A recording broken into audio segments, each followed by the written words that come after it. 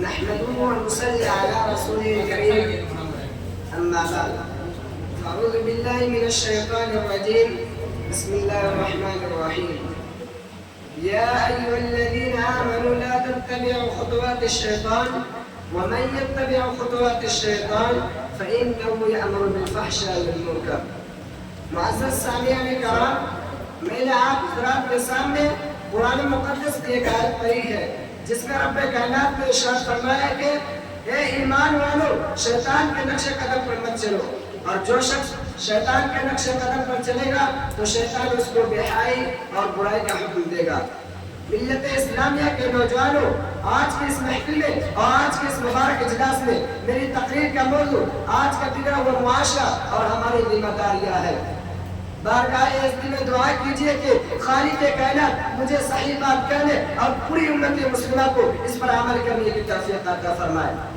نوجوان دوستو، آج کے اس نازک دور میں ہمارا معاشرہ اور سماج کن کن خرابیوں سے دوچار ہے، اس کے اسباب و وجوہات کیا ہے، ان سے مقابلہ اور دفع کی کیا تدابیر ہے، ان کو اس مختصر سے وقت میں بیان کرنا اور ان پر تفصیل روشنی ڈالنا دشواری نہیں بلکہ ناممکن سے معلوم ہوتا ہے۔ دوستو، وہ اسباب کی جنہوں نے معاشرے کو بنیاد پہ ہلا کر رکھ دیا اور امت مسلمہ کے دامن عفت کو تار تار کر دیا، ان میں سے سفلی عمل کرنا اور کرانا، غیر مشروع طور پر گندے تعویذ کرنا، غیر شرعی کاموں کے لیے منت ماننا، ماں باپ کی نافرمانی کرنا، مردوں کا ٹخنوں سے نیچے پائجامہ پہننا، غیر محرم مرد اور عورتوں کا بے محابہ ملنا جلنا، لغو تفریحات میں وقت ضائع کرنا، ریڈیو ٹیلی ویژن پر فواحشات اور حیا سوز مضامین کا نشر ہونا، ان کا دیکھنا اور سننا، سینما دیکھنا، جوا کھیلنا، عورتوں کا بے پردہ رہنا اور ننگے کے ساتھ گھومنا پھرنا، گلا باز اور پیٹ کا کھلا رہنا، باریک لباس پہننا، شوہر کی امانت میں خیانت کرنا، دفتر میں نامحرموں کے ساتھ کام کرنا،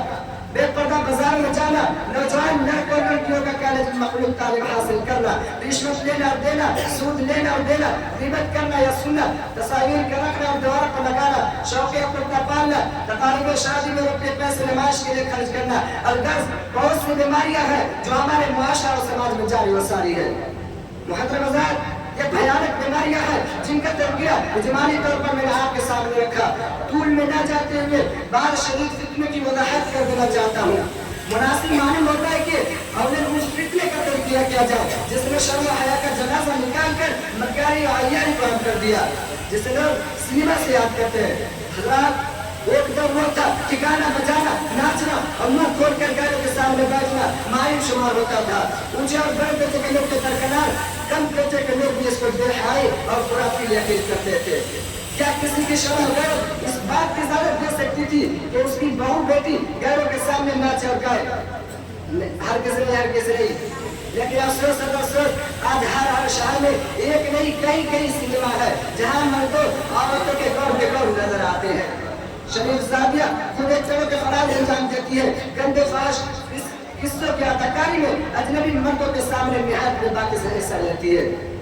شرم و حیا ان پر ہوتی ہے مگر ان کے سامنے مرد و عورتوں کے گروہ بیٹھے ہوئے ہوتے ہیں اور کہکا لگا کر خوب ان کو داد دیتے ہیں اور خود ہی اپنی تحسین کا مذاق اڑاتے ہیں۔ ہائے افسوس، ہماری عقل کہاں چلی گئی؟ مالدار اور غریب سبھی اس بیماری میں مبتلا ہے۔ سینما دیکھنا ضرورت زندگی میں داخل ہو گیا ہے۔ کیا یہی انسانیت ہے کہ اپنی بہو بیٹیوں کے ساتھ تماشا دیکھا جائے؟ ہرگز نہیں۔ آقا دو جہاں صلی اللہ علیہ وسلم نے ارشاد فرمایا کہ میں گانے بجانے کو مٹانے کے واسطے بھیجا گیا ہوں، مگر ہمیں کہ آپ کی امتی میں ہے اور بڑے زور و شور سے مسلمان ہونے کا دعویٰ کرتے ہیں اور خود فلمیں بناتے اور دیکھتے ہیں۔ سینکڑوں اور ہزاروں گھروں کے چھتوں پر جب نظر پڑتی ہے تو چاروں طرف سے لعنت کی فلمیں دکھائی دیتی ہے، جس سے ٹیلی ویژن پروگرام اور فلمیں آتی ہے اور یوں کہا جاتا ہے کہ ٹی وی دیکھنے سے معلومات میں اضافہ ہوتا ہے، ٹی وی دیکھنے سے سائنس کی باتیں معلوم ہوتی ہے، ٹی وی دیکھنے سے جدید تحقیقات کا پتہ چلتا ہے، ٹی وی دیکھنے سے کارخانوں کی پیداوار کا پتہ چلتا ہے، ٹی وی دیکھنے سے جدید تحقیقات کا پتہ چلتا ہے، ٹی وی دیکھنے سے انسانی زندگی میں ترقی کی رائے کھلتی ہے، ٹی وی دیکھنے سے انسان ترقی کرتا ہے، ٹی وی دیکھنے سے بچے ہوشیار ہوتے ہیں۔ ہائے افسوس، ایک حرام اور ناجائز چیز کو اس کے فوائد بیان کر کے جائز سمجھا جاتا ہے۔ اسلام کے پاس مانو جن فوائد کو شمار کرا گیا ہے دوسری چیزوں سے لوگ کا حاصل کیا جا سکتا ہے۔ اخبار و رسائل، ریڈیو کے ذریعے یہ سب باتیں معلوم ہو سکتی ہے۔